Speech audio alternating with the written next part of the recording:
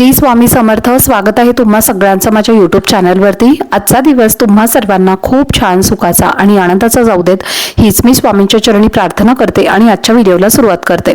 पण त्या अगोदर तुम्ही माझ्या चॅनलवरती जर नवीन असाल तर चॅनलला सबस्क्राईब नक्की करा. त्याचबरोबर कमेंटमध्ये श्री स्वामी समर्थ लिहायला अजिबात विसरू नका. आज वार आहे गुरुवार आणि आजच्या दिवशी आलेली आहे कार्तिकी एकादशी. तर या एकादशीला देव उठणी एकादशी, प्रबोधनी एकादशी अशा अनेक नावाने आपण ओळखत असतो. तर ही एकादशी जी आहे तर तिला देव उठणी एकादशी असं का म्हटलं जातं? कारण की या एकादशीला भगवान श्री हरिविष्णू हे झोपेतून म्हणजे योग निद्रेतनं जागे होत असतात आणि पुन्हाचा विश्वाचा जो कारभार आहे तर तो आपल्या हाती घेत असतात आणि म्हणूनच या एकादशीला देव उठणी एकादशी असं म्हटलं जातं. ही एकादशी इतर एकादशींपेक्षा सर्वात महत्त्वाची आणि मोठी एकादशी मानली जाते आणि या एकादशीचं व्रत सुद्धा आपल्याला आवर्जून करायचं असतं. त्याचबरोबर आपल्याला काही उपाय आणि सेवा सुद्धा या दिवशी करायच्या असतात. तर आजच्या व्हिडिओमध्ये तुम्हाला मी एक अतिशय प्रभावशाली उपाय सांगणार आहे. संध्याकाळी तुम्हाला तुमच्या घरातनं एक अशी वस्तू बाहेर फेकायची आहे, त्यामुळे आपल्या घरातलं जे काही 7 पिढ्यांचं दारिद्र्य आहे तर ते कायमचं नष्ट होईल आणि घराची, मुलांची आणि पतीची अगदी भरभरून प्रगती होईल. असा हा उपाय तुम्हाला मी आजच्या व्हिडिओमध्ये सांगणार आहे. त्यामुळे व्हिडिओ हा स्किप न करता शेवटपर्यंत नक्की पहा, जेणेकरून तुमच्यापर्यंत योग्य ती माहिती पोहोचेल.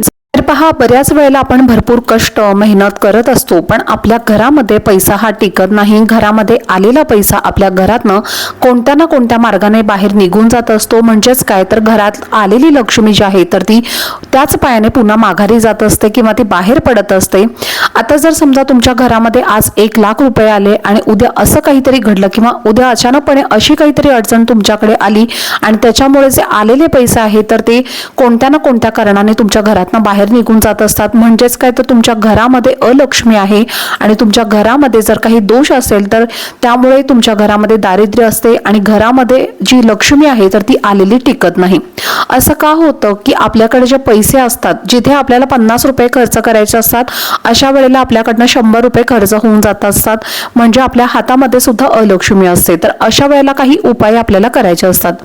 तर पहा, प्रत्येक घरामध्ये अनेक प्रकारचे दोष असतात, जसे की वास्तुदोष असेल, पितृदोष असेल किंवा अशा वेळेला आपल्या घरामध्ये ज्या काही अडचणी आहेत तर त्या येत असतात.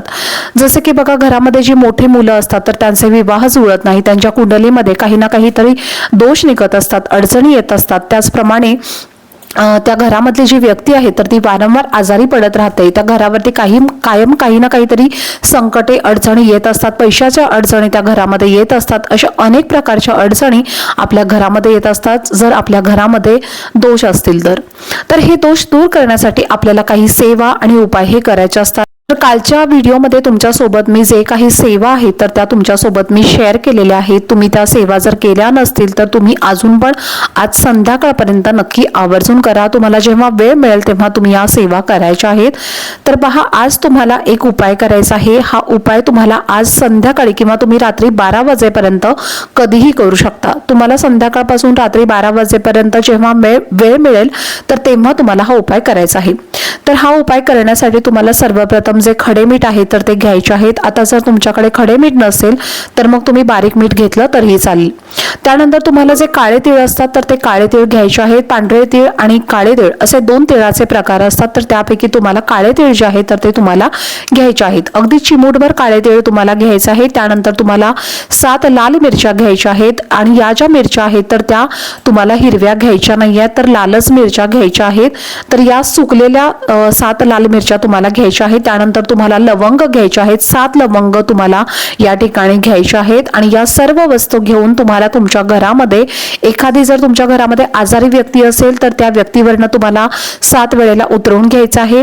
तुमच्या घरामध्ये जर एखाद्या व्यक्तीची प्रगती होत नसेल आणि तिला वारंवार अपयश येत असेल तर त्या व्यक्तीच्या डोक्यावरून खाली पायापर्यंत तुम्हाला 7 वेळेला त्या वस्तू उतरवून घ्यायच्या आहेत.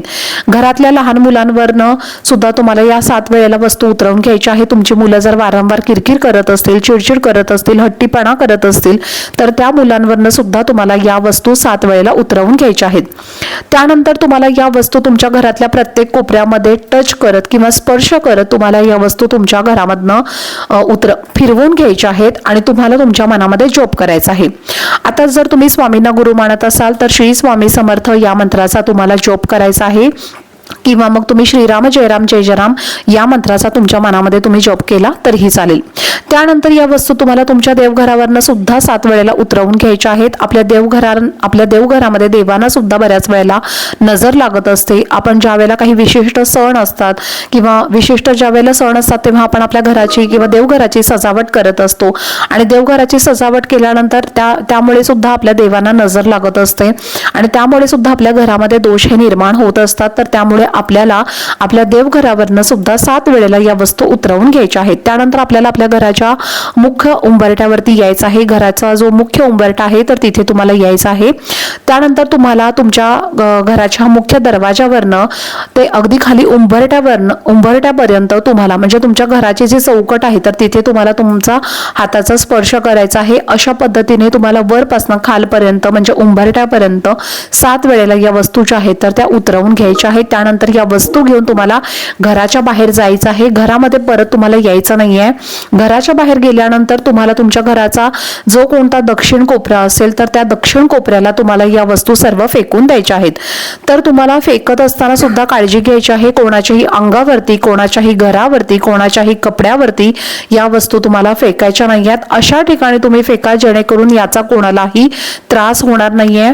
किंवा मग तुम्हाला जर ते शक्य नसेल तर मग तुम्ही तुमच्या घरातल्या डस्टबिन मध्ये सुद्धा या वस्तू फेकल्या तरीही चालतील। तर हा उपाय केल्यामुळे आपल्या घरातील जी काही नकारात्मकता असते तर ती दूर होईलच आणि त्यासोबतच आपल्या घरामध्ये जे काही वास्तुदोष, पितृदोष जे असतील तर ते सुद्धा यामुळे दूर होतील। त्यासोबतच 7 पिढ्यांचा दारिद्र्य हे सुद्धा नष्ट होईल आणि घराची, मुलांची आणि आपल्या पतीची अगदी भरभरून प्रगती होईल। तर अशा पद्धतीने आज संध्याकाळी किंवा आज रात्रीपर्यंत तुम्हाला हा उपाय नक्की आवर्जून आपल्या घरामध्ये करायचा आहे। तर चला, झालेली सेवा ही मी स्वामी महाराजांच्या चरणी अर्पण करते। आजचा व्हिडिओ जर तुम्हाला आवडला असेल तर व्हिडिओला जास्तीत जास्त लाईक, शेअर आणि चॅनलला सबस्क्राईब नक्की करा। भेटूयात पुढच्या व्हिडिओमध्ये। तोपर्यंत सर्वांना श्री स्वामी समर्थ।